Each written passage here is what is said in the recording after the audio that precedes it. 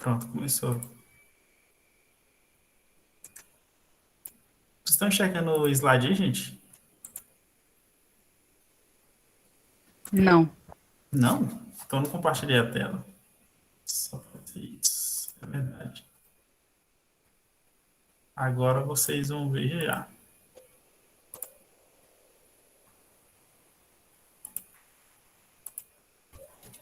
Agora sim, né?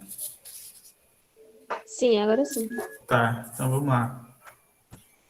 Pessoal, aqui vai ser coisa rápida. O nosso conteúdo aqui vai ser o conteúdo de eletrólise, tá? Então, primeira coisa que a gente precisa saber, precisamos entender o que é a eletrólise. Então, parte conceitual, gente, ó. A eletrólise, para vocês entenderem, vocês vão ver que é fácil, é tranquilo também. A eletrólise é o processo no qual a energia elétrica é usada para provocar uma reação química não espontânea. Isso aqui a gente já falou desde o começo. Ou seja, a eletrólise é o contrário da pilha. Então, por exemplo, a pilha, eu tenho uma reação química espontânea que gera eletricidade. Na eletrólise é o contrário. Eu tenho que fornecer eletricidade para uma reação química acontecer. Tá? Então vai ser isso que a gente vai estudar. Beleza, gente? Tranquilo até agora o conceito?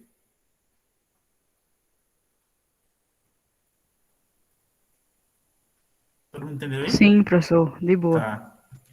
Então vamos lá. Lá na eletroquímica, na primeira parte, a gente estudou as semicélulas e aquelas semicélulas combinam-se para formar uma pilha, que é um dispositivo onde acontece, de fato, as reações espontâneas. Lá a gente chama de pilha. Aí aqui, ou na eletrólise, a gente não tem pilhas. Né? O mesmo esquema, a gente tem um esquema parecido, mas a gente não chamamos de pilha, chamamos de célula eletrolítica. Então agora nós não vamos mais usar a palavra pilha. Iremos usar célula eletrolítica, mas no mesmo sentido. Então o que é a célula eletrolítica? É a montagem experimental onde se realizam as eletrólises. Então, as eletrólises, elas são os processos, é um processo, ele acontece dentro dessa célula. Então, a célula eletrolítica ela é similar à pilha, só que no caso aqui é usado para eletrólise, é a célula eletrolítica, tá? Aí vem a primeira pergunta para a gente, ó. Já entendemos o conceito de eletrólise, acabamos de ver também onde que são realizadas as eletrólises, e agora vai cair para a gente aqui uma pergunta, né? Como fazer uma eletrólise? Ou seja, como que eu faço para energizar uma reação química e fazer ela acontecer? Né? Essa é a nossa dúvida. Então vamos estudar aqui agora. Então tá aqui, gente, ó.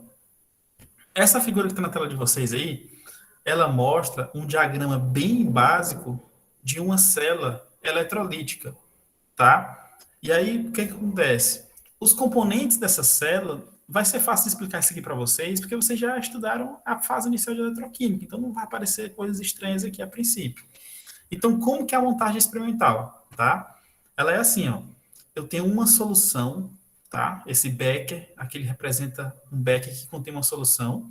Nesse caso, é uma solução salina de NaCl. Então, tem o íons Na+, que são íons sódio mais. Tem o íon Cl-, né? Então, aqui é a solução aquosa, beleza? Dentro dessa solução aquosa, eu tenho mergulhado dois eletrodos. Então, eu tenho dois eletrodos mergulhados na mesma solução. Um eletrodo negativo, que a gente vai chamar de cátodo, e um eletrodo positivo, que a gente vai chamar de ânodo, tá?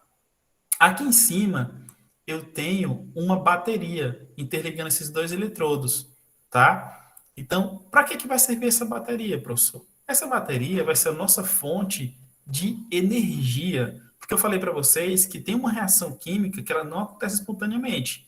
Eu tenho que fornecer energia. E aí essa energia, ela vai vir dessa bateria, tá? Então, por isso que nesse meu sistema, lá nas pilhas, geralmente aqui em cima eu tenho um voltímetro para medir a voltagem, né? Medir a carga. Aqui na célula eletrolítica, não, eu tenho uma bateria para poder energizar o meu sistema, tá? Então, o que acontece? Quando eu energizar esse meu sistema, eu vou estar empurrando elétrons aqui para o eletrodo. De certa forma, essa bateria vai servir como uma bomba de elétrons, tá? Esses meus eletrodos aqui, uns vão ficar com elétrons acumulados, outros vão ficar com déficit de elétrons. Então, um vai ter elétron acumulado e outro vai ter falta de elétrons. Esse jogo de falta e acúmulo de elétrons vai fazer com que eu tenha uma atração dessas cargas que estão aqui na solução, tá? Então é o seguinte, ó, essas cargas positivas aqui, os íons Na+, eles vão ser atraídos pelo eletrodo de carga negativa, que é o cátodo, tá? Então vai ter essa atração. Já os íons de cargas negativas, que é o Cl-, eles serão atraídos eles serão atraídos pelo eletrodo de carga positiva. Então é só lembrar, carga positiva vai ser atraída pelo eletrodo de carga negativa, então sempre cargas opostas, tá? E o que é que acontece? Devido a essa atração, como esses eletrodos, tem uns que estão com falta de elétrons e outros que estão com excesso de elétron, essas cargas daqui da solução elas vão se aderir aos eletrodos e o eletrodo ele vai doar um elétron para uma dessas cargas ou ele vai sugar um elétron de uma dessas cargas. Então, por exemplo, esse íon sódio mais, quando ele aderir-se a esse eletrodo negativo, ele vai perder essa carga positiva dele. Ele vai perder essa carga positiva. Por quê, professor? Porque ele vai ganhar um elétron desse eletrodo negativo, do cátodo. Ele vai ganhar um elétron. Quando ele ganhar esse elétron, gente, ele vai sofrer um processo de redução. Ele vai sofrer um processo de redução. Por quê? Ele era sódio positivo. Quando ele encostar aqui no eletrodo, ele vai ganhar um elétron, vai virar sódio zero. Então ele vai se reduzir, tá? E aí a gente fala que esse eletrodo aqui, o cátodo, digamos assim, ele atrai as espécies positivas e o ânodo atrai as espécies negativas. Para vocês entenderem isso aqui com calma, eu só vou mostrar para vocês uma coisa importante aqui, só para a gente entender. Primeira coisa, lá nas pilhas, vocês percebem que a nomenclatura é a mesma das pilhas, só vai mudar uma coisa, tá? Só vai mudar uma coisa, o sinal. Lá nas pilhas, o ânodo tinha sinal negativo e o cátodo sinal positivo, que era para indicar o quê? Para indicar o fluxo de elétrons, né? O elétron sai do compartimento que sofre oxidação, então se ele está saindo elétron, eu vou botar o sinal de menos para dizer que ele está perdendo. O cátodo fica com sinal positivo, para indicar que ele está ganhando elétrons. Já aqui na célula eletrolítica, os nomes permanecem os mesmos. Ó. O ânodo é onde ocorre a oxidação, o cátodo é onde ocorre redução, tá? Então tá aqui, o nome não muda, só vai mudar aqui a polaridade, que é o sinal dos eletrodos. Um vai virar positivo e o outro negativo, tá? Porque lá o ânodo era negativo, aqui agora ele vira positivo, tá? Então só essa questão aí, gente. Então só voltando aqui, no mesmo esquema para vocês entenderem. Ó. Então vamos lá. No nosso esquema geral, o que acontece? Em resumo é que eu tenho na solução, eu tenho espécies carregadas, que é o meu íon Na+ e o meu íon Cl-, e aí quando eu ligar a bateria aqui, esses íons vão grudar nos eletrodos e vão sofrer um processo de descarga. O que é descarga? Vão perder as cargas que eles têm, tá? Então é por isso, então esse é o processo geral da nossa eletrólise. Lembrando de uma coisa, essa solução que está aqui dentro desse reservatório é uma solução eletrolítica. O que é uma solução eletrolítica? Uma solução que conduz eletricidade. Ou seja, ela conduz eletricidade porque ela contém íons. Então, o exemplo aqui é o NaCl, né, que tem íons Na+ e íons Cl-. Então, é uma solução eletrolítica. Outro esqueminha geral, gente, ó. O meu eletrodo negativo, que é o cátodo, ele atrai cátion, por isso que o Na aqui, ó, essas bolinhas em azul estão encostando, estão ao redor aqui do meu eletrodo negativo, porque ele atrai cátion, e repele ânion. Então, os ânions, que são essas bolinhas vermelhas, elas estão longe do eletrodo negativo, elas estão perto do eletrodo positivo. Então, a regra geral é essa. Outra regra, o eletrodo positivo, ele atrai ânion. Então, ó, o ânion são essas bolinhas vermelhas. Então, ele atrai o ânion e repele cátion. Então, de certa forma, quando eu começo a energizar o sistema, eu tenho um processo de separação de cargas. Os cátions vão para um canto e os ânions para outro canto, de acordo com o próprio sinal do meu eletrodo. E de acordo com a deficiência ou o excesso de elétrons. Então, por exemplo, eu tenho uma espécie Cl-, que é uma espécie negativa. Essa espécie negativa, o que vai acontecer com ela? Ela já está negativa, ela está com excesso de elétrons. Então, ela vai encostar no eletrodo que já tem elétrons ali depositados ou no eletrodo que está com falta de elétrons? Pela tendência natural, essa espécie negativa ela vai encostar no eletrodo que tem falta de elétrons. E o que acontece? Ela vai doar esse elétron para esse eletrodo que está em falta. Do outro lado, para o sódio, é o mesmo esquema. O sódio mais, ele tá ele é um cátion, né? Então ele está afim de um elétron. Então ele não vai encostar no eletrodo que está faltando elétron, ele vai encostar no eletrodo que tem um excesso de elétron, que é o eletrodo negativo. Então por isso que tem essa questão de atração e redução, tá? Lembrando, essa minha bateria, geralmente ela é chamada de gerador. O que é o gerador? É a bomba de elétrons, né? Ela que vai servir para empurrar elétron de um eletrodo para outro eletrodo. Tá? Ela que vai ser a função da bateria do gerador, é essa questão mesmo de empurrar elétrons, tá? Outra informação importante, gente, é a questão de descargas. As informações relacionadas com descargas é a questão mesmo do íon perder a carga, tá? Então, por exemplo, de novo, isso que eu já mencionei, ó, o ânion, que é o Cl-, ele vai sofrer uma descarga, ele vai perder essa carga dele. Então, como que ele vai perder essa carga dele? Seria ganhando mais uma carga ou perdendo a carga de fato? É perdendo a carga.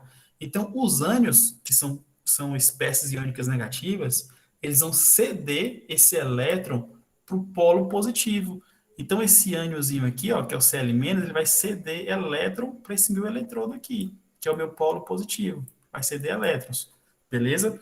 Então, se ele vai ceder elétrons, a gente vai estar falando de um processo de oxidação. Aí vocês vão lembrar, mesmo esquema, no ânodo ocorre a oxidação. Então, beleza, aqui não tem nenhuma novidade. Já no processo de descargas dos cátions, é o mesmo esquema. Os cátions, eles irão receber elétrons do polo negativo. Ou seja, esse eletrodo aqui, gente, ó, ele vai estar lotado de elétrons, ó, vai estar lotado de elétrons. E o que, que vai acontecer? Quando o cátion encostar nesse eletrodo, quando ele encostar, ele vai receber os elétrons que estão depositados nesses eletrodos. Se um cátion mais recebe elétron, ele está sofrendo um processo de quê? De redução. E aí faz todo sentido. A redução acontece onde? Onde? A redução acontece no cátodo, tá? Então a eletrólise, gente, ela não tem coisa de outro mundo. Ela é um sistema muito parecido com uma pilha. A única diferença é que agora eu tenho um gerador, uma bateria, que vai ajudar a puxar esses elétrons de um eletrodo para outro eletrodo. Então a função da bateria é essa, ó. Então, digamos, ó, esses cloromenos, eles vão dar vários elétrons aqui para esse eletrodo, ó. Mas, naturalmente, esse eletrodo não tinha capacidade de levar os elétrons lá para o cátodo. Então, a bateria ela vai servir para isso, para puxar esses elétrons aqui e levar lá para o outro canto. Por isso que ele chama que ele tem a função de bomba de elétrons, vai servir para bombardear. Aí por que, que tem que usar esse gerador, essa bateria? Porque essa passagem de elétrons aqui na eletrólise, ela não é espontânea. Então aí é onde entra a parte da espontaneidade e é onde entra a parte da utilização da bateria, tá? Pessoal, vocês estão conseguindo entender ou eu estou falando muito rápido?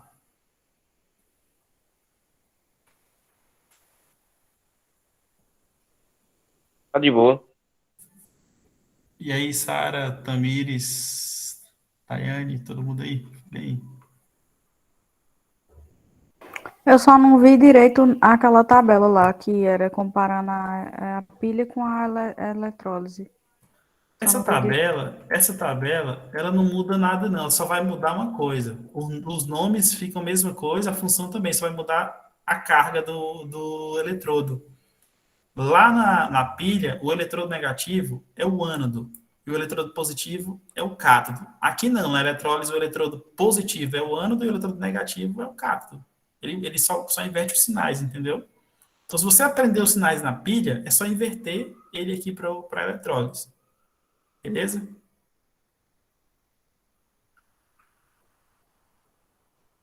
Entendeu aí, Sara? Mas a polaridade, no caso aí, seria do... A polaridade se refere ao eletrodo. Então vamos lá, ó. Tu lembra por que a polaridade do ânodo é negativa na pilha? Essa polaridade aqui no ânodo é negativa na pilha, tu lembra?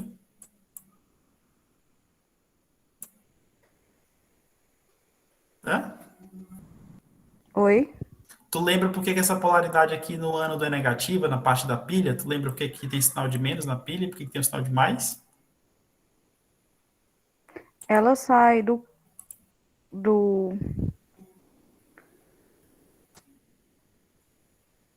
ânodo pro cátodo, né? O que que sai? O elétron. o elétron. Então, o sinal negativo é para dizer que está perdendo o elétron, o ânodo, e o cátodo, o sinal positivo, para dizer que ele está ganhando.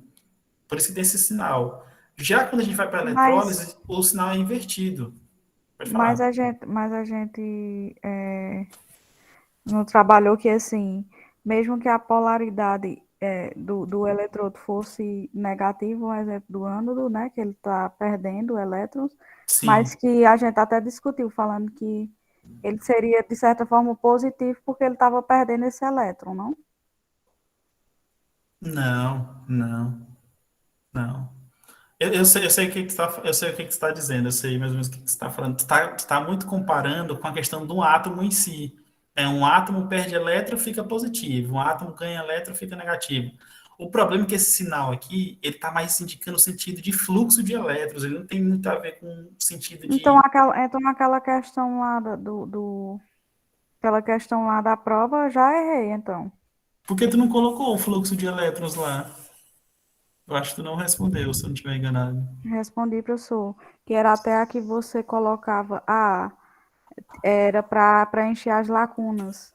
Não, mas isso, não, eu sei, mas só que tinha uma questão lá na letra B das primeiras que pediu fluxo de elétrons, acho que tu nem colocou. Então, essa dali, para preencher a lacuna, no caso, estava errada. Então, era para colocar que o ânodo era negativo em vez de positivo, era? Não, não era só para dizer de onde que estava indo o fluxo, se era do cátodo para o ânodo ou do ânodo para o cátodo. Só que, Mas não tinha uma parte lá que falava de positivo e negativo? Quer ver ler aí a questão? que questão aqui, ó? É a Acho quarta, que é eu a acho. quarta.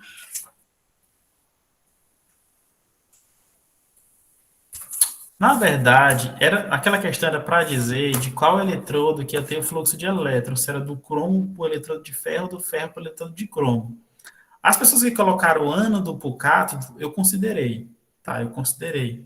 Mas a questão do fluxo de elétrons, ela está relacionada com esses sinais mesmo. Não sei se está entendendo. Era para você colocar especificamente que eletrodo ou compartimento da célula que estava acontecendo esse fluxo de elétrons. Mas quem colocou ânodo e cátodo, eu considerei isso que eu estou querendo dizer. Mas, professor, tem uma parte embaixo que pergunta a polaridade. Ah, tá. Não, também eu considerei. A polaridade era, você poderia colocar positivo, negativo, ou poderia colocar cátodo e ânodo para dizer o fluxo de elétrons. Sei também eu considerei. Quem colocou positivo e negativo eu considerei, e quem colocou ânodo e cátodo eu também considerei. Ou cátodo e ânodo, não lembro a sequência. Mas eu entendi agora. Por Eu isso que entendi eu agora. acho que eu errei, assim, se for pensar nessa parte aí, porque eu Ah, coloquei, eu não né? lembro. Enfim, Essa parte eu não lembro. por isso Mas, que eu mas queria teve- a foto da prova para eu olhar o que eu respondi. não, mas a prova eu vou entregar para vocês na quinta. No dia da prova eu vou entregar ela para vocês. Eu vou colocar a nota Eu- antes, eu vou passar a nota antes para vocês, mas eu vou entregar a prova. Relaxa. Então eu devo estar confundindo aí tudo. Meu Deus. Tá bom, Mas valeu. de fato, tem uma questão falando disso mesmo. Beleza? Mas de resto, estou conseguindo entender isso aí? Estou falando muito rápido.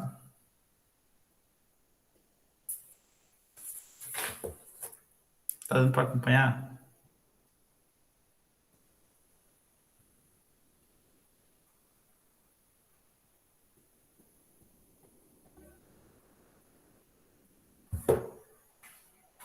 E aí? Dúvidas? Tá dando pra acompanhar, professor. Vamos lá.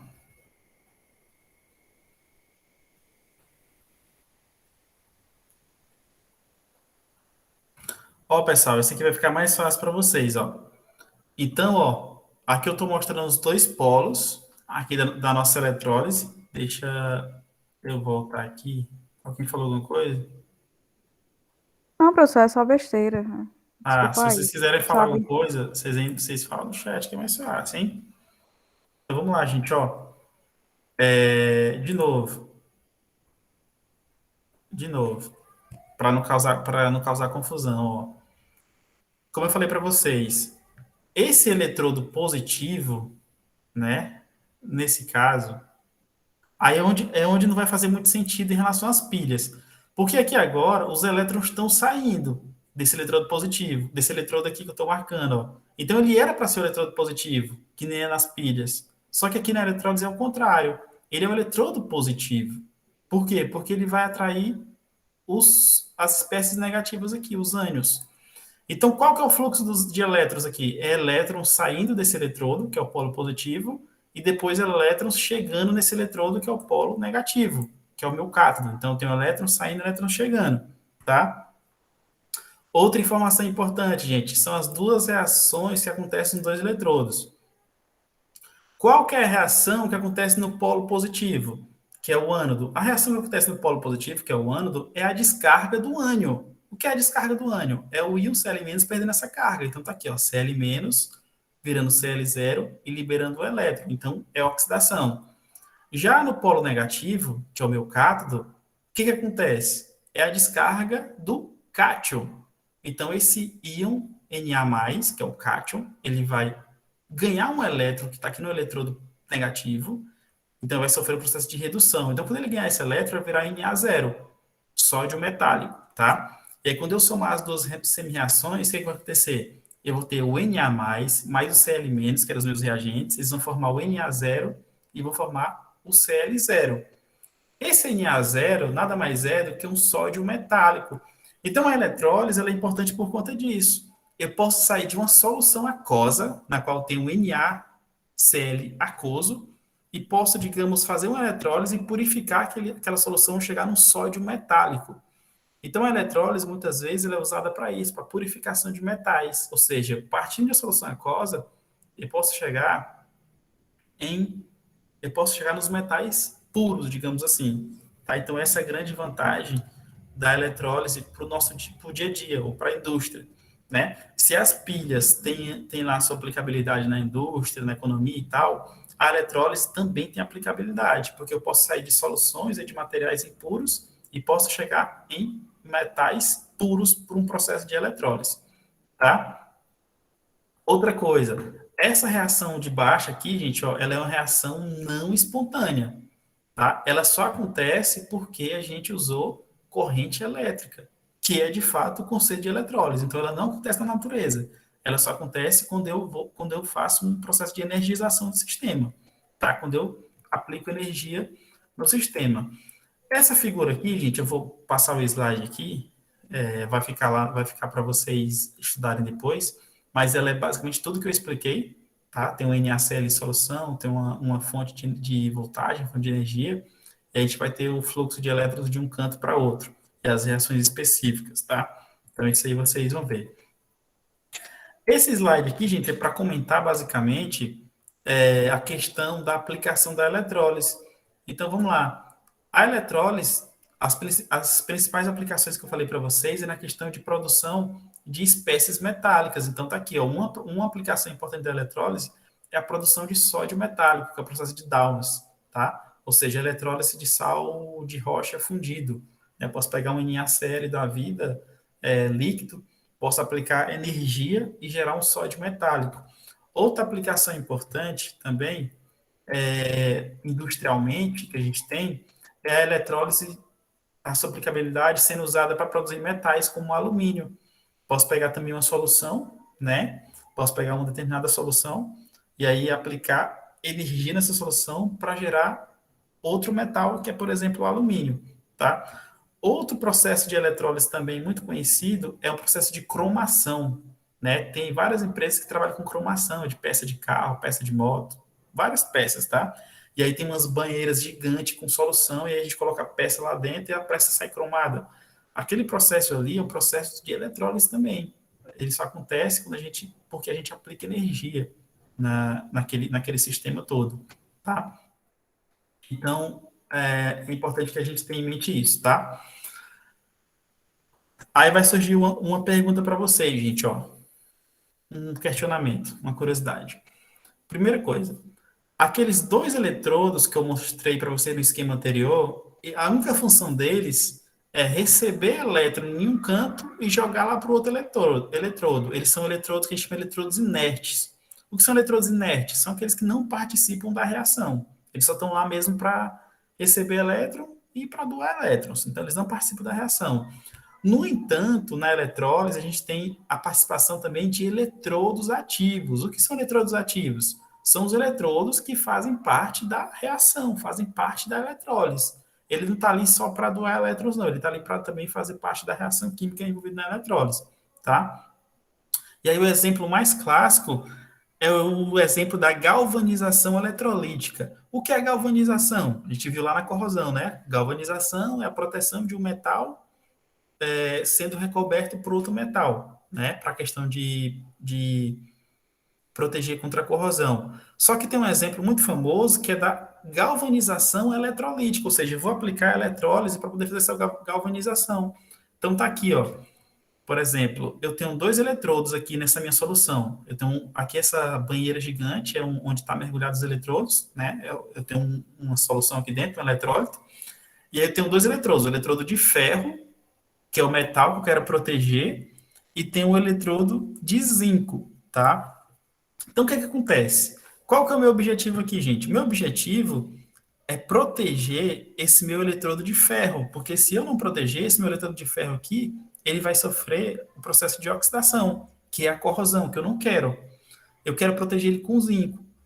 Então, eu tenho um eletrodo de zinco aqui. Só que, naturalmente, gente, esses átomos de zinco, eles não iriam migrar desse meu eletrodo de zinco e iriam se depositar aqui no eletrodo de ferro, não, jamais.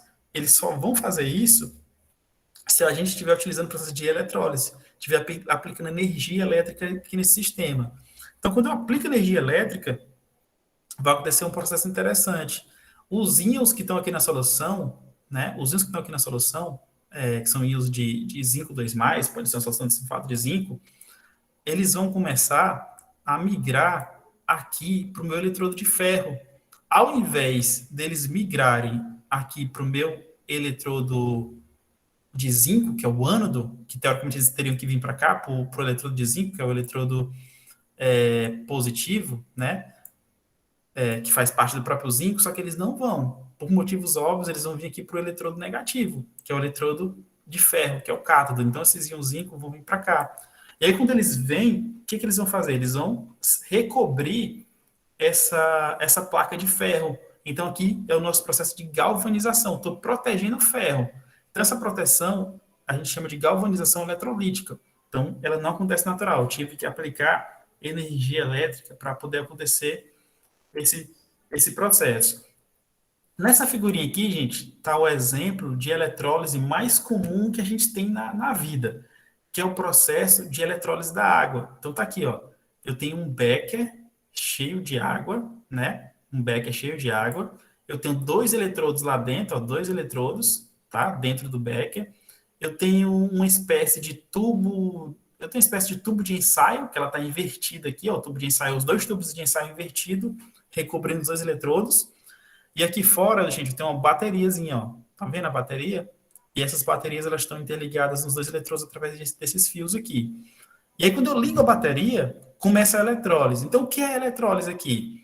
A eletrólise é o seguinte, quando eu aplico energia, a minha energia elétrica, ela vai quebrar as moléculas de água que estão aqui no becker.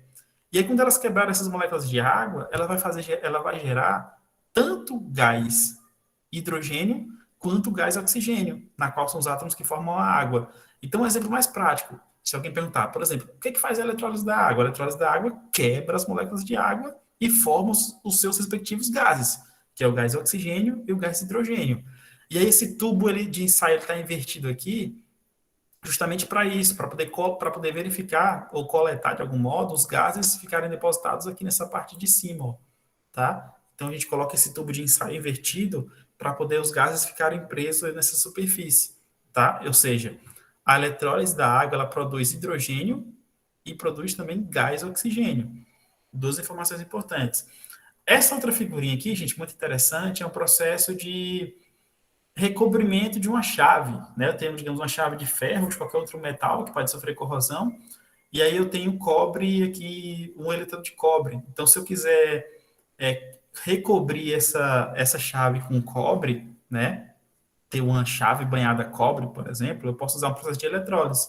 E aí os íons de cobre, eles vão migrar da placa de cobre e vão lá se depositar na chavezinha. Então, isso aqui é o uso de um eletrodo ativo, né? Porque esse eletrodo de cobre, ele participa da eletrólise, não apenas como doador de elétrons ou receptor de elétrons, ele participa como doador de cátions mesmo, né? Que tem cobre saindo aqui da plaquinha e indo lá para a chave. Pessoal, essa primeira parte, deixa eu até sair daqui, essa primeira parte, ó, ela é bem conceitual, tá? Essa primeira parte aqui ela é bem conceitual, só mesmo exemplo do que é uma eletrólise, dos conceitos fundamentais e os exemplos, como eu falei, né, conceito, exemplo e esquema geral do que é a eletrólise. A segunda parte, que a gente vai entrar agora, vai entrar na parte dos cálculos envolvidos na eletrólise. Primeira coisa, os cálculos envolvidos na eletrólise, eles são bem simples, eles envolvem basicamente estequiometria. Só que é uma estequiometria meio estranha. Que estequiometria meio estranha é essa? Porque eu vou relacionar número de carga de elétrons com o número de mol de uma substância, tá? Então a gente vai estudar isso aí agora, a estequiometria envolvida na eletrólise, que são as contas que aparecem na eletrólise. Beleza, gente? Tranquilo até agora? Alguma dúvida, algum comentário, alguma sugestão?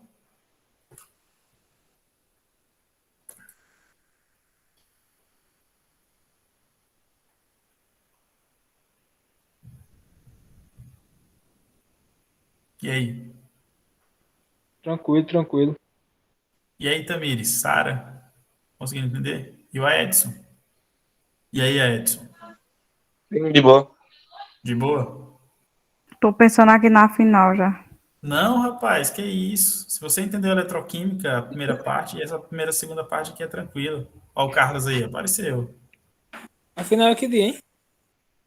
A final eu não marquei ainda não, mas tem lá no calendário, dia 6 por aí, se eu não estiver enganado, dia 5, dia 6. Mas pelas notas ninguém vai pra final não, né, professor? Vai não, rapaz, só se vocês Oh, meu quiserem nossa. mesmo. Reprovar direto.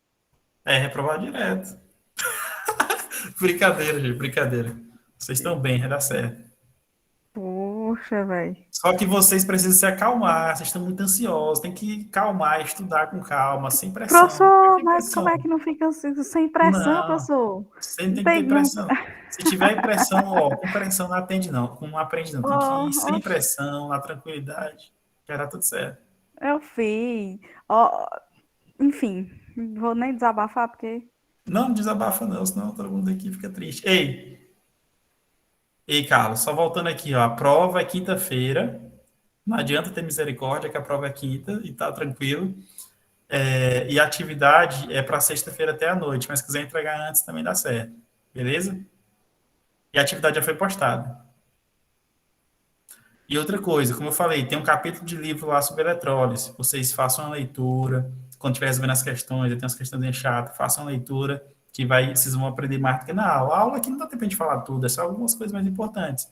As explicações mesmo, as explicações formais e completas, elas estão no capítulo do livro que eu passei para vocês. Tranquilo? Vamos lá, então, continuar aqui.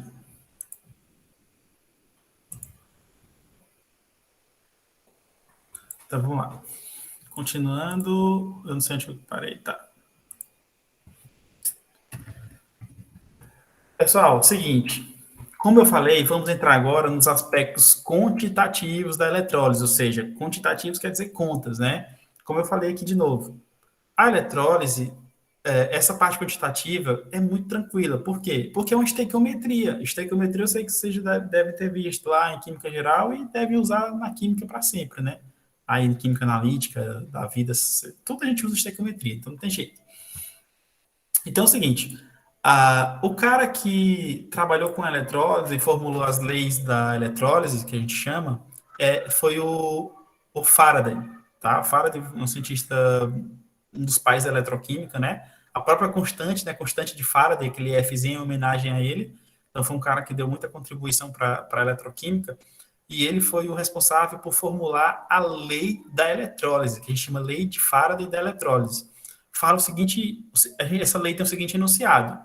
Ela fala assim, ó, a quantidade do produto formado, então a eletrólise é uma reação química que acontece, então ela tem produto e tem também reagente que é consumido, né? Então, ó, a quantidade do produto formado ou do reagente consumido por uma corrente elétrica é estequiometricamente equivalente à quantidade de elétrons fornecidos. Então é o seguinte, essa corrente, gente, essa corrente Professor, a elétrica... intenção é compartilhar? Se for, não tá não. Aqui, pelo menos para mim, não.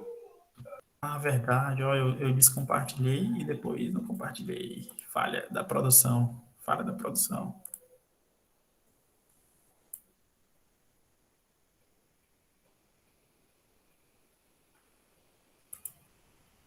Apareceu aí, não apareceu?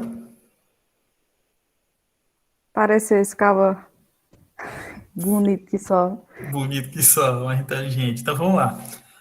A lei de Faraday da eletrólise fala assim, ó, a quantidade de produto formado ou do reagente consumido. Então, lembrando, a eletrólise, ela é uma reação química, né? Eu tenho um reagente, que é a molécula que eu vou quebrar, e tenho um produto, que são as moléculas que são formadas, que foi quebrado, que é as moléculas que são formadas quando a gente quebra a molécula de início. Então, a quantidade de produto formado, de reagente consumido, por uma corrente elétrica, é estequiometricamente, então aqui entra a estequiometria, é estequiometricamente equivalente à quantidade de elétrons fornecidos. Então, vou relacionar o quê? Eu vou relacionar a quantidade de elétrons que é fornecida ali para o meu sistema com a quantidade de produto formado de reagente consumido. Então, vai ser uma estequiometria meio estranha, que eu vou relacionar número de elétrons com massa ou número de mol de produto reagente. Basicamente isso. Então, vamos ver um exemplozinho aqui. Ó. Por exemplo, vamos ver um exemplo, né? Então, está aqui na tela. O cobre, ele é refinado eletroliticamente. Então, a eletrólise é muito aplicada para refino de metais, como eu falei para vocês, para purificação e tal. Então, o cobre, ele é refinado eletroliticamente. E aí, precisamos, por exemplo, calcular a quantidade de cobre produzido por determinada quantidade de elétrons, né? Então, primeira coisa, digamos que eu tenho uma solução lá de sulfato de cobre da vida, né? Sulfato de cobre, é o SO4, né? Sulfato de cobre da vida. Aí, digamos que eu vou aplicar energia elétrica nessa solução, né? Tem dois eletrodos lá, tem uma solução lá no meu becker, vou aplicar energia elétrica. Então, eu vou jogar elétrons nesse sistema aqui, tá? Vou jogar elétrons, vou energizar esse sistema e vou fazer essa molécula aqui quebrar. Quando ela quebrar, lá no final, ela vai me gerar um cobre metálico, que é o processo de refino mesmo do cobre. Ou seja, eu tenho uma solução aquosa de sulfato de cobre e eu quero extrair o cobre metálico, ou seja, eu quero refinar o cobre. Beleza. Aí, a nossa missão aqui, gente, é relacionar a quantidade de elétrons que eu forneci para uma determinada quantidade de cobre que foi formado. Tá? Então, a estequiometria é essa. Quanto de elétron que eu tenho que fornecer para esse sistema para gerar, tipo, 5 mols de cobre purificado, por exemplo? Quantos elétrons eu tenho que jogar nesse sistema para gerar 2 mols de cobre purificado?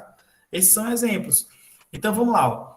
Por exemplo, se no meu caso aqui eu tiver 4 mol de elétron, né?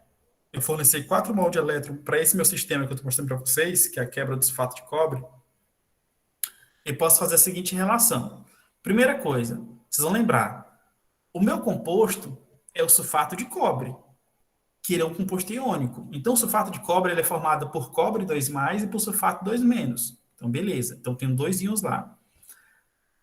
O íon sulfato, eu não vou nem olhar, porque eu estou interessado aqui na purificação do cobre. Então, meu olhar químico e meu olhar analítico vai ser somente para o cobre. Eu vou esquecer o sulfato. Então, beleza. Como a solução é solução aquosa de sulfato de cobre, e eu estou olhando só para o cobre, então eu vou olhar só para o meu cobre 2+ aquoso. Por quê? Porque uma solução aquosa de sulfato de cobre tem cobre 2+ aquoso e tem sulfato 2- aquoso. Só que eu estou olhando só para o sulfato 2+, ou só para o cobre 2+, beleza. Na reação química que vai acontecer na eletrólise, esse cobre 2+, gente, ele vai sofrer um processo de redução. O que vai acontecer? Ele vai ganhar 2 elétrons aqui. Esses 2 elétrons vão reduzir o cobre 2+, e vai gerar quem? Vai gerar o cobre 0, que é o cobre sólido, que é o cobre metálico, que é aquele cobre que eu estou precisando, que é o que eu vou precisar aqui no meu processo, que na verdade é o que eu estava tendo como objetivo, não era o refino de cobre? Então, esse meu refino quer dizer o quê? Eu estou extraindo o cobre aquoso, que tem lá no início, na solução, e quero chegar em cobre metálico, tá? Então, a reação é essa, tá? Então, primeira coisa, eu posso fazer, gente, ó, essa relação estequiométrica. Ó. A equação está me mostrando que quando eu tenho dois elétrons, eu vou gerar 1 mol de cobre sólido. Então está aqui a relação estequiométrica. Ó. 2 elétrons vão me gerar 1 mol de cobre sólido. E aí, no nosso exemplo, ele está falando assim, e se você tiver 4 mol de elétron? Qual a quantidade de cobre que você vai conseguir? Então, se eu tiver 4 mols de elétrons, a quantidade de cobre que eu vou conseguir é X, que eu não sei.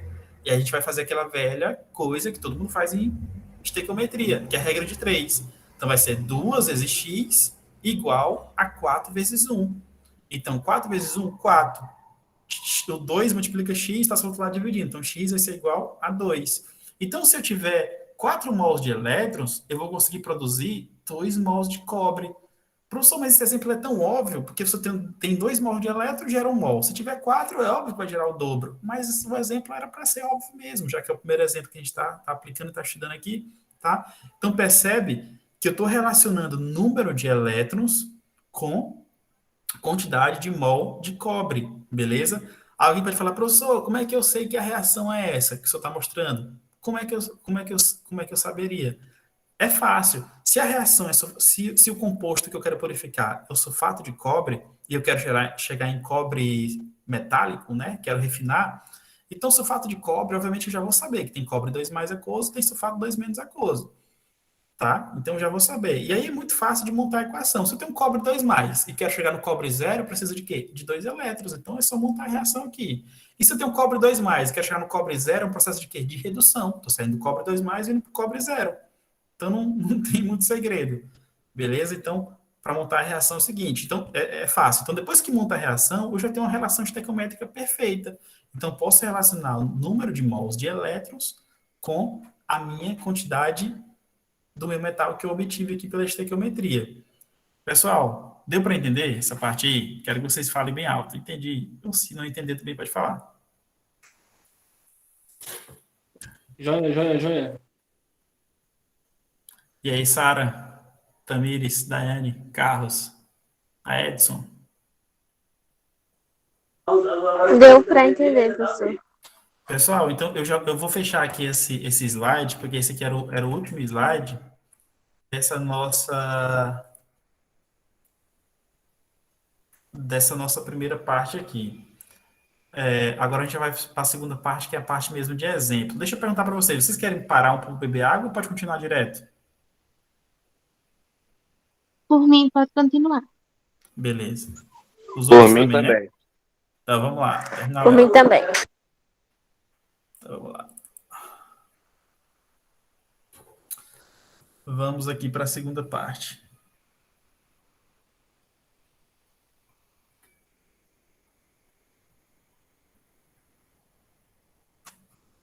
Caramba. Deixa eu ver aqui. Tá. Tá aparecendo slide aí, tá, gente?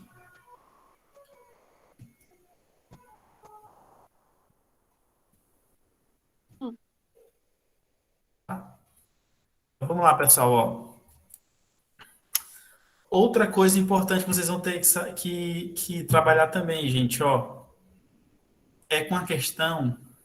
Esses elétrons aqui, gente, a gente chama de carga, né? Tipo, esses 2 mols de elétron, 4 mols de elétrons, é a carga que eu estou aplicando, tá? É a carga que eu estou aplicando ali naquele sistema. Só que muitas vezes, gente, a maneira que a gente tem experimental de medir, geralmente a gente não mede muito a carga que foi fornecida. Muitas vezes a gente mede a corrente elétrica que está passando por aquele sistema. E aí o que acontece? A carga nada mais é do que a corrente que a gente mede em ampere vezes o tempo que a gente mede em segundos.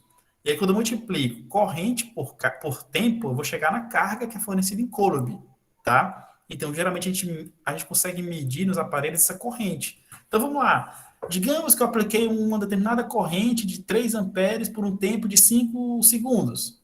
Essa corrente em ampere por 5 segundos vai dar origem a uma carga. Como que dá origem, professor? É só multiplicar a corrente pelo tempo em segundos, vai dar origem à carga. Isso aqui é conceito lá de física 3, tá? E tem tudo a ver aqui com o nosso sistema. Por quê? Porque eu vou estar energizando o nosso Becker lá da eletrólise, nossa célula eletrolítica, vou estar energizando. Então, vai estar envolvido corrente, vai estar envolvido tempo, vai estar envolvido carga, tá? Então, é importante que vocês tenham em mente isso.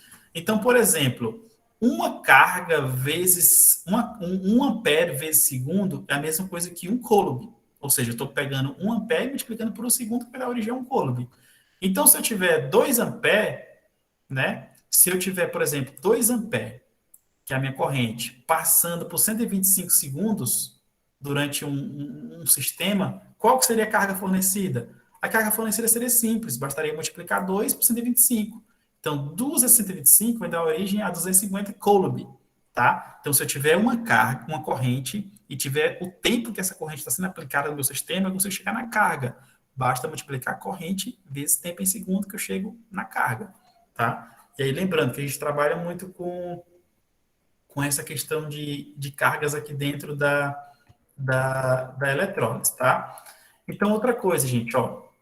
Então, aqui, voltando todo aquele nosso esquema da estequiometria que eu falei para vocês, quando eu aplicar uma determinada corrente, né, que ela é ampere, quando eu aplicar essa corrente por um determinado tempo, essa corrente que eu apliquei por determinado tempo, pela fórmula que a gente acabou de ver, vai dar origem a uma quantidade de carga, que é o coulomb. Então, beleza, vai dar origem àquela quantidade de carga. Essa quantidade de carga, ela é equivalente à quantidade de elétrons, que a gente usa, no caso, a constante de Faraday para fazer essa relação entre quantidade de carga e quantidade de elétrons. Por quê, professor? Porque lá no começo eu já tinha falado na disciplina, né? Que a constante de Faraday, ela é a quantidade de carga que eu tenho em 1 mol de elétrons, tá? Então, se eu tiver uma determinada quantidade de carga, basta eu relacionar com a constante de Faraday que eu vou chegar na quantidade de mol de elétrons. Depois que eu chegar aqui na quantidade de mols de elétrons, é só usar aquela estequiometria que eu acabei de explicar para vocês. Essa quantidade de mol de elétrons, eu posso relacionar ela com a quantidade de matéria da substância do reagente ou do produto, ou da substância que foi oxidada ou reduzida. E se eu conseguir relacionar com o número de mol, eu posso também relacionar com o número de gramas da substância que foi gerada ou da substância que foi consumida na reação. Então, esse ciclo completo aqui, gente, ele mostra para a gente como que eu aplico corrente e tempo em um sistema até chegar em grama da substância que é gerada. Então, vamos lá, eu tenho um sistema eletrolítico. Eu vou aplicar uma corrente por um determinado tempo. Quando eu aplicar essa corrente por um determinado tempo, vai dar origem a uma carga. Essa carga vai dar origem a uma quantidade de elétrons. E esses elétrons vão ajudar a oxidar ou reduzir as espécies que estão lá dentro do Becker. E aí, lá no final, quando ele oxidar ou reduzir as espécies que estão lá dentro do Becker, vai dar origem a substâncias nos produtos, né? E aí eu consigo fazer a estequiometria para saber quanto de produto que foi gerado ou quanto de reagente que foi consumido. Tá? Partindo de onde, professor? Partindo lá da corrente do tempo que eu apliquei nesse sistema. Tá? Então é importante que vocês tenham em mente isso. E aí, gente, para a gente já ir para a parte final da nossa aula, eu vou trazer aqui 2 exemplos. Deixa eu ver se são 2. Deixa eu ver se são 2 ou são 3. Espera aí. Deixa eu ver. Eu vou trazer 2 exemplos bem práticos para vocês entenderem como que a gente pratica a estequiometria aqui na eletrólise, e também tem lá na lista de exercícios que eu postei hoje também para vocês, tem umas questões similares a essas aqui, então vou ajudar vocês a resolverem, tá? No entanto, é importante que vocês leiam o livro de novo, para vocês se aprofundarem mais no tema, tá? Então vamos lá, fala assim: determinar a massa de zinco que deposita, né, faltou um C, que se deposita na eletrólise de uma solução de cloreto de zinco durante 16 minutos, 5 segundos, com uma corrente elétrica de 0,5 ampere. De cara, vocês devem estar achando muito estranho esse exemplo, né? Essa questão muito estranha. Só que a gente vai explicar tintim por tintim, a gente vai explicar nos mínimos detalhes o que aconteceu aqui nessa questão e como que a gente faz para resolver, tá? Então, de novo, eu tenho uma solução de cloreto de zinco. Então, lá no meu becker, bonitinho, tem cloreto de zinco, né? O cloreto de zinco é uma solução eletrolítica. É uma solução que é uma solução que conduz eletricidade, né? É uma solução formada por íons, que é o íon zinco 2+, e o íon Cl-. Então, essa informação eu já tenho que saber, tá? Aí, o que eu vou fazer? Eu vou aplicar nessa solução que está lá dentro do becker, eu vou aplicar uma corrente de 0,5 ampere por mais de 16 minutos. Aí, quando eu aplicar essa corrente, eu vou forçar uma reação química lá dentro a acontecer. Essa reação química que vai acontecer, ela vai me gerar um metal. Aí vocês vão lembrar, eletrólise é para purificação de metal, que é geração de metal. Então, beleza. Que metal é? É o zinco, né? É o zinco que vai ser gerado. E a questão pede para determinarmos a massa de zinco que vai ser gerada, que vai ser depositada aqui nesse meu processo de eletrólise. Então, vamos lá. Primeira informação, gente. Montar a reação química. Então, tem duas reações químicas aqui importantes. Primeira reação química. Uma solução de cloreto de zinco, quando eu vou dissolver o cloreto de zinco em água e formar a solução, ele nada mais é do que zinco 2 mais e 2Cl-. Foi o que eu acabei de explicar para vocês. Então, a dissociação está aí. Alguém fala, professor, a reação que eu vou usar é essa daí? É óbvio que não. A reação que a gente vai usar para fazer análise é essa aqui de baixo, que é a reação de oxidação do zinco. Então, percebe, ó, a dissociação do cloreto de zinco gerou o zinco 2 mais. Aí, esse zinco 2 mais, quando ele começar a sofrer a eletrólise, ele vai receber um elétron e vai gerar o zinco 0, que é o zinco metálico. E aí, essa quantidade de zinco metálico que a questão está pedindo para a gente.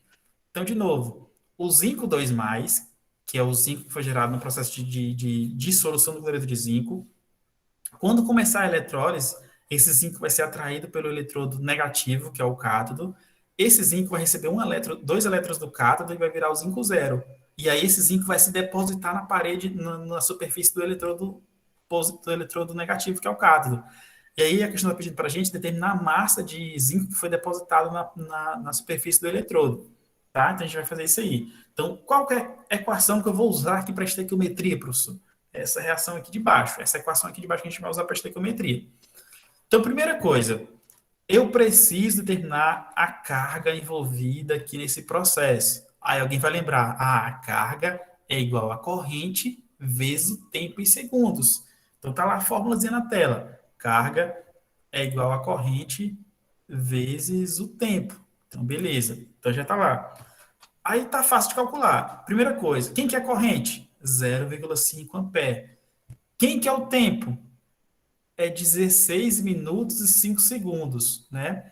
Aí, para a gente calcular o tempo em segundos, era só fazer uma regrinha de 3, né? Ó, 1 minuto tem 60 segundos. Então, 16 minutos tem quantos segundos? Aí faz a regrinha de 3x. Ou é só multiplicar também o número de minutos por 60, que já sai nos segundos. E aí, no final, tem que lembrar que tem que multiplicar por esses 5 segundos que já estava aqui, ó, tá? Aí, por isso que vai dar 965 segundos. Quando multiplicamos aqui, gente, ó, eu vou chegar em 472,5 coulomb. Então, essa, gente, ó, é a minha carga em coulomb envolvida nesse processo. Professor, já posso pegar essa carga e jogar lá na equação para fazer a estequiometria? Não, ainda não. Eu preciso transformar essa carga em coulomb em número de elétrons.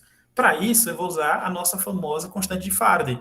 Por que eu vou usar ela? Porque ela fala que 1 mol de elétrons é equivalente a 96.500 coulomb.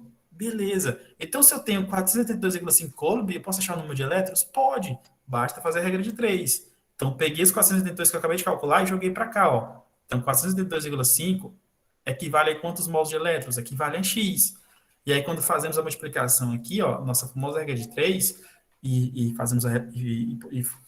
efetuamos aqui a resolução, eu vou chegar no X igual a 0,05 mol de elétrons. Então, tá aqui, gente, ó.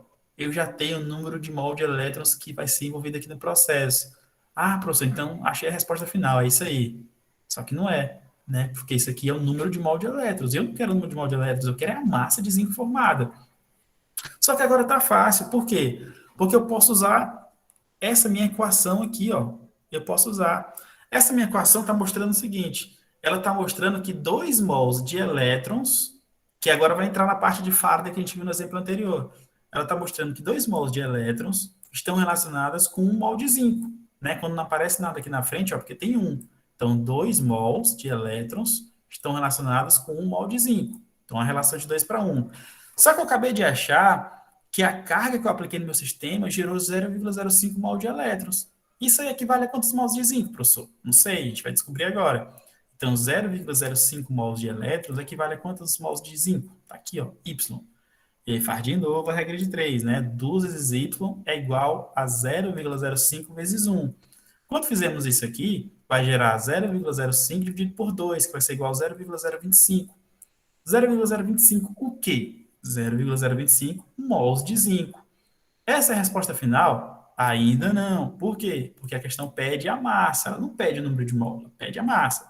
Para calcular a massa, se eu tiver o número de mol, é fácil. É só usar essa relação aqui, gente, ó. Número de mol é igual a massa em gramas dividido pela massa molar. Ou seja, se eu tiver a massa em gramas e quiser transformar para o número de mol, basta dividir a massa em grama pela massa molar, que eu acho o número de mol. Só que aqui é o exemplo, aqui é o contrário. Eu quero é a massa em gramas partindo do número de mol. Então, como eu sei, N é igual a M minúsculo dividido por M maiúsculo, né? Então, aqui, ó, massa em gramas, e essa de baixo aqui é a minha massa molar. Então, basta eu isolar a minha massa em gramas, que é o meu M, e multiplicar o N vezes a massa molar. Então, basta multiplicar esse 0,025 mol de zinco pela massa molar de zinco, que eu já vou obter a massa em gramas de zinco. A massa molar do zinco é 65,38. Então, quando eu faço essa multiplicação aqui, gente, ó, faço essa multiplicação aqui bonitinha, eu vou chegar na massa igual a 0,1634. Ou 0,1634. Então, que massa é essa? É a massa em gramas de zinco que foi depositada no eletrodo quando eu apliquei essa corrente elétrica nesse determinado tempo. Eu vou chegar nessa massa aqui. Então, esse é um exemplo típico de eletrólise, gente. A gente usa basicamente regra de 3 para resolver tudo. O mais importante é saber correlacionar as coisas aqui dentro das regras de 3. Eu acho, deixa eu ver, é basicamente isso. Pessoal, vocês ficaram com dúvida em alguma passagem aí ou tá tranquilo? Me avisem aí. De verdade. Vocês entenderam a lógica do processo? Daiane, a Edson, Sara, Carlos, Tamires, Eduardo.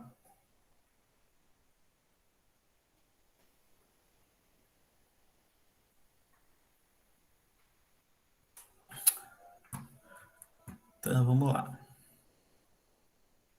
Não, é muita coisa, porque, tipo assim, é muito detalhe, muita coisinha, mas quando vocês tiverem, pegarem o slide, pegarem lá o capítulo do livro que eu falei, vocês vão conseguir se familiarizar, porque vocês estão vendo de primeira, e aí é muita coisa mesmo, eu admito, muita informaçãozinha. A prova, Carlos, é sobre corrosão e eletrólise. Corrosão foi a aula passada, de sexta, que eu já postei a gravação e os slides, corrosão, e a aula de hoje vai ser para finalizar a eletrólise, e a nossa prova é quinta-feira, corrosão é só teoria. Corrosão é só teoria, e eletrólise vai sair teoria e cálculo também, tá? Então vamos lá, gente, continuar para a gente terminar aqui, ó. Vamos lá. Pessoal, esse exemplo aqui, ó, esse exemplo aqui é o contrário. Ele pergunta assim, ó, por quanto tempo, ó que interessante, ó, por quanto tempo uma corrente de 0,800 amperes deve fluir para formar 2,50 gramas de prata em um experimento de galvanoplastia? Galvanoplastia é uma galvanização eletrolítica, tá? E ele forneceu para a gente a reação no cátodo, que é a reação da prata aquosa recebendo o elétron formando a prata sólida. Então, esse exemplo aqui, gente, é o mesmo do anterior, só que vindo de trás para frente. Ele fornece a massa para a gente e quer chegar no tempo. Já o exemplo anterior, não. Ele tinha o tempo, tinha a corrente e pedia a massa. Então, vocês percebem que aqui é só mesmo... A única dificuldade aqui é que ele está mudando o que ele está pedindo. Lá ele pediu uma coisa lá no de início para a eletrólise, né? Ele pediu um dos requerimentos, um dos requisitos iniciais para... Ele pediu o produto final da eletrólise, que é a massa, já que não, ele já vai dar o produto final e já vai querer os requisitos iniciais para a eletrólise acontecer, que é o tempo. Por quanto tempo eu tive que aplicar essa corrente de 0,8? A gente vai fazer essa questão aqui agora. Então, primeira coisa, ó, vou vir de trás para frente, tá? Primeira coisa, gente, ó, 1 mol de elétrons possui, 1 mol de prata tem 107,9 gramas de prata. Alguém vai falar, professor, a gente foi ver esse número aí. É a massa molar da prata. A massa molar da prata ela é fornecida em gramas por mol, ou seja, é a massa de 1 mol de prata. Então, se eu tiver 1 mol de prata, eu vou ter essa massa, 107,9 gramas de prata. Só que a questão aqui, gente, eu tenho 2,50 gramas de prata e quero saber a quantidade de mol, que é X. Né? E aí faço a regra de 3. Eu vou chegar em 0,0231 mols de prata. Alguém poderia falar, professor, por que você não usou essa fórmula aqui? Ó? N é igual a massa em gramas dividido pela massa molar. Eu não usei porque vai ser a mesma coisa. É só pegar a massa em grama e dividir pela massa molar. E aí eu vou achar o número de mol de prata aqui, né? Ele forneceu em gramas, eu quero o número de mol, tá? Então tá aqui, ó. Já achei o número de mol de prata. Agora, qual que é a minha próxima etapa? É pegar esse número de mol de prata e correlacionar com o número de mol de elétrons que foram envolvidos para gerar essa quantidade de prata aqui. Então tá aqui, ó. A equação química mostra que um mol de elétrons está relacionado com um mol de prata. Beleza? A equação química mostra isso. Então eu vou montar aqui na estequiometria, ó. Então, um mol de elétrons, deixa eu só pegar a caneta aqui, gente, ó. Então, ó, um mol de elétrons está relacionado com um mol de prata. A estequiometria me mostrou isso. Só que no meu experimento, eu não tenho um mol de prata, eu tenho 0,0231 mol de prata. Está aqui, ó. Então eu vou jogar isso aqui para baixo, né? Então 0,0231 mol de prata está relacionado com quantos mols de elétron? Com Y. Faz de novo a regra de 3, que vai dar origem a isso. Como a relação é de 1 para 1, vai ser o mesmo valor. Então, qual a quantidade de mols de elétrons que eu tenho? 0,0231 mol de elétrons. Tá aqui bonitinho. Beleza, show de bola. Então, eu já tenho. Então, a primeira etapa que eu precisava calcular aqui, gente, já foi finalizada. Ó, calcule o número de mol de elétrons necessário. Então, beleza, já calculei o número de mol de elétrons necessários. Então, vamos agora para a segunda etapa. O que é a segunda etapa? É o cálculo da quantidade de carga. Quantidade de carga. Aí vocês vão lembrar, gente, ó. Um mol de elétrons está relacionado com 96.500 coulombs, que é a carga de um mol de elétrons. Então, essa quantidade de mols de elétrons que eu acabei de calcular aqui equivale a quanto de carga? Vale Z, que é outra regra de 3. Né? Então, montei essa outra regra de 3. Quando eu efetuo a resolução dessa outra regra de 3 aqui, dessa nossa terceira regra de 3, eu vou achar um Z igual a 2.229 coulomb, tá? Então, eu já tenho a minha quantidade de carga, beleza? Que é 2.299 coulomb, tá? 2.229 coulomb. Agora vai ficar muito fácil, gente. Eu vou usar essa carga que eu acabei de encontrar e vou achar o tempo. Por quê? Porque eu falei para vocês que carga C, né, em Coulomb, é igual a corrente em ampere vezes o tempo em segundos. Como a questão pede o tempo, eu vou isolar o tempo. Então, o tempo vai ser igual a carga que eu achei dividido pela corrente em ampere que a questão forneceu. Então, vamos fazer esse cálculo aqui agora, ó. Então tá aqui, ó. Carga é igual a corrente vezes tempo. Então tá aqui, ó. Que carga foi que eu achei, professor? 2.229. Tá aqui. Qual que é a corrente? 0,800 ampere, que a questão forneceu. Qual que é o tempo? É o que eu estou procurando, que a questão está pedindo. Aí coloca aqui, ó. Então o tempo que a questão está pedindo. Então, para resolver o tempo é fácil. Deixa o tempo aqui onde ele está e passa o 0,800 para o outro lado dividindo. E aí eu vou achar esse tempo aqui, ó. O tempo vai ser 2.229 dividido por 0,8, que vai ser igual a 2.786 segundos, tá? 2.786 segundos. Professor, esse número é muito grande. Se eu quiser dividir, se eu quiser transformar para minutos, para deixar uma resposta mais bonita, eu posso pegar esse tempo aqui e dividir por 60, né? Um minuto não tem 60 segundos? Para mim multiplicar de segundos, de minuto para segundo, para mim transformar de minuto para segundo, eu multiplico. Agora, de segundo para minuto, eu faço a divisão. Então, quando eu faço a divisão de 2.786 segundos dividido por 60, eu vou dar origem a 46,4 minutos. Então, ó, eu fiz essa divisão aqui, ó. Esse tempo que eu tenho em segundos, dividido por 60 segundos, que é o tempo de um minuto. E aí, quando a gente faz essa divisão, cancela segundos por segundo, vai chegar só no minuto, vai dar origem a 46,4 minutos, tá? Então, esse foi o tempo necessário que essa eletrólise aconteceu. Foi o tempo que eu tive que aplicar, ou seja, esses 46,4 minutos foi o tempo que eu apliquei essa corrente de 0,8 ampere para gerar 2,5 gramas de prata nesse experimento de galvanoplastia, tá? Então, essa é a nossa lógica aqui envolvida por trás da eletrólise. Pessoal, a aula de hoje era isso. Deixa eu perguntar para vocês. Deu para acompanhar, gente?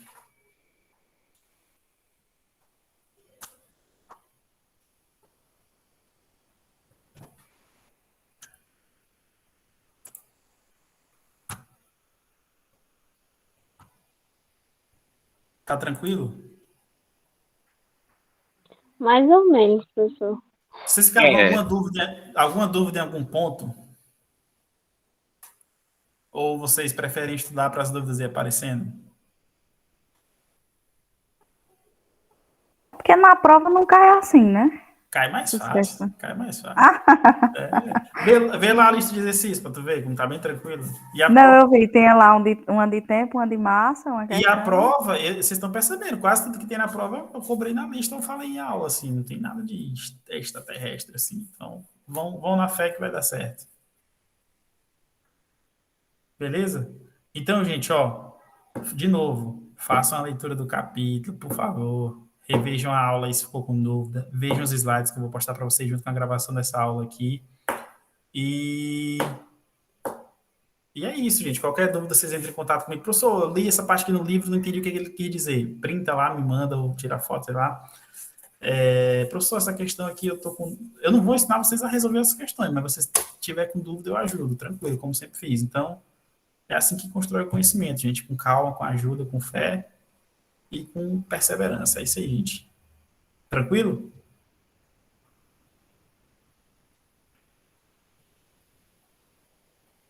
E aí, Carlos?